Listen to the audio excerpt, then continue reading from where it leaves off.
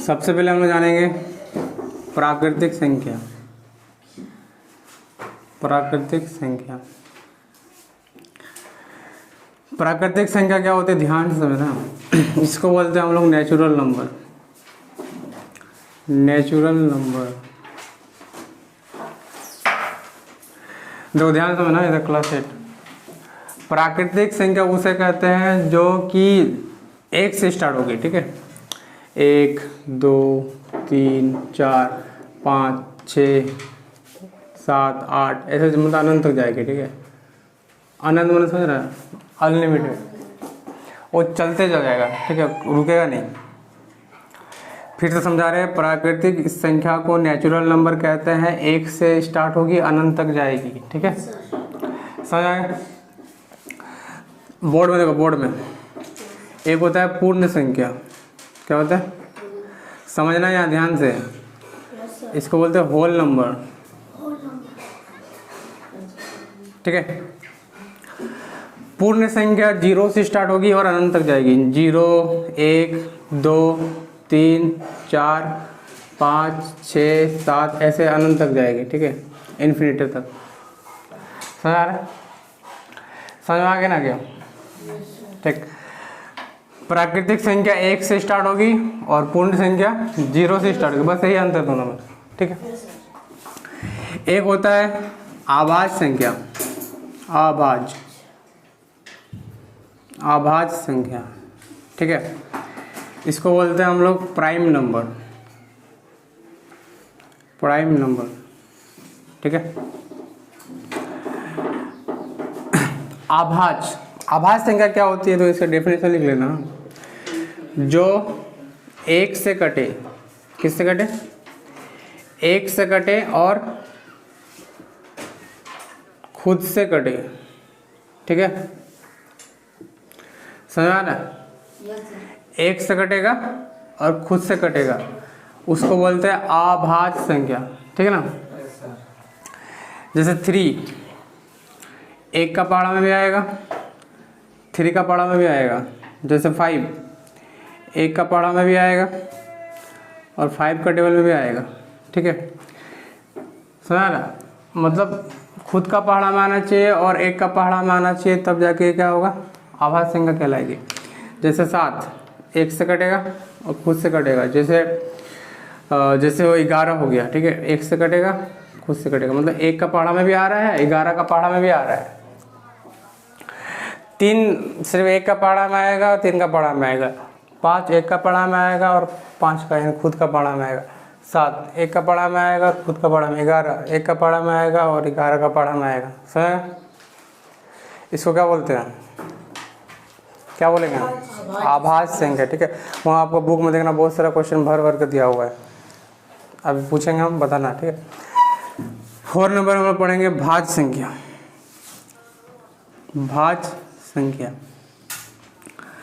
भाज्य संख्या को हम लोग बोलते हैं कंपोजिट नंबर।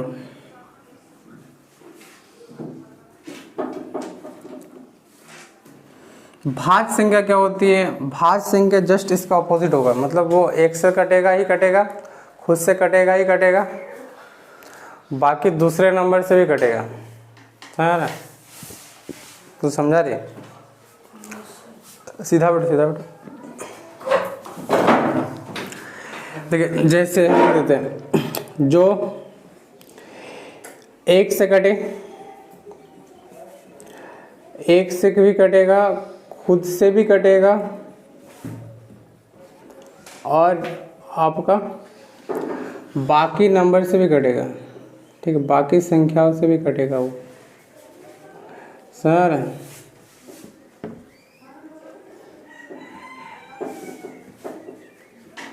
कटेगी। जैसे एग्जांपल हम बताएं, जैसे 4 1 का टेबल में भी आएगा, 2 का टेबल में भी आएगा, 4 का टेबल में भी आएगा, ठीक है। अभी उतारना नहीं, अभी समझना खाली, अब पूछेंगे तो नहीं बता पाएंगे। 4 1 का पहाड़ा में भी आएगा, 2 का पहाड़ा में भी आएगा, 4 का पहाड़ा में भी आएगा, ठीक है। तो क्या हो गया, कौन संख्या? भाज्य संख्या। और मान लो सिर्फ 1 से कटता और 4 से कटता तो आभाज्य संख्या कहलाती है। समझ? जैसे कि हो गया 8, 1 से कट जाएगा, 2 से कट जाएगा, 4 से कट जाएगा, 8 का पढ़ा से भी कट जाएगा, ठीक है। ये सब क्या होगा, भाज्य संख्या, ठीक है। 1 से कटे, खुद से कटेगा, बाकी से भी कटेगा तो भाज्य संख्या, और सिर्फ 1 से कटेगा, खुद से कटेगा तो आभाज्य संख्या। समझ गए, कोई दिक्कत है? एक होता है सअभाज्य संख्या, सअभाज्य संख्या, इसको इंग्लिश में बोलते हैं को प्राइम नंबर। दो ध्यान समझिएगा, ये वाला एग्जाम में खपोर के पूछता है, पूछेगा सअभाज्य संख्या किसे कहते हैं, को प्राइम नंबर किसे कहते हैं। तो को प्राइम नंबर उसे कहते हैं जिसका HCF 1 निकलता है। क्या? जिसका HCF 1 निकलेगा। जैसे ये लिख देते, जिसका HCF को हिंदी में बोलते हैं मौसो, जिसका मौसो 1 निकले उसे क्या बोलते हैं, उसे कहेंगे हम लोग सअभाज्य संख्या, ठीक है, सअभाज्य संख्या। समझ? जैसे एग्जांपल हम बता देते हैं, जैसे कि हो गया 17 और हो गया 19, ठीक है। तो 17 और 19 का जब HCF निकालेंगे ना, तो इसका HCF देखना 1 निकलेगा, ठीक है। इसलिए हो जाएगा को प्राइम नंबर, सअभाज्य संख्या, ठीक है। कोई दिक्कत है इतना दूर? नहीं, इतना दूर उतारो, आगे बताते हैं। परिमेय संख्या, इसको बोलते हैं हम लोग, को इंग्लिश में बोलते हैं रैशनल नंबर, ठीक है। ध्यान दो, बैठो बाबू बैठो, ध्यान देना जरा, क्लास 8। परिमेय संख्या नहीं, इसको रैशनल नंबर बोलते हैं। देखो इसका डेफिनेशन लिख लीजिएगा। परिमेय संख्या उसे कहते हैं जिसे P/Q के रूप में लिखा जाता है या लिखा जा सके, ठीक है, उसे परिमेय संख्या कहते हैं। ध्यान देना, इसका मतलब क्या होता है। जैसे मान लीजिए हम लिखे 5/4, क्या लिखे, तो ऊपर वाला तो P हो जाएगा और नीचे वाला Q हो गया, है ना। तो ऐसे होना चाहिए, P/Q के रूप में आना चाहिए, तब ये होगा परिमेय संख्या, ठीक है। नहीं तो ये अपरिमेय संख्या हो जाएगा, ठीक है ना। जैसे हम लिखे 7/9, तो ऊपर में P है, नीचे में Q है, ये हो जाएगा परिमेय संख्या। जैसे 4 है, तो 4 परिमेय संख्या है, क्यों है, क्योंकि इसके नीचे में भी तो 1 है, ये भी तो P/Q के रूप में है, ये P हो जाएगा, ये Q हो जाएगा, ठीक है। तो P/Q के रूप में जिसे लिख सकते हैं उसे बोलते हैं परिमेय संख्या। समझ? मान लीजिए ऐसे रहेगा 1.432.166 ... तो ये परिमेय संख्या होगी?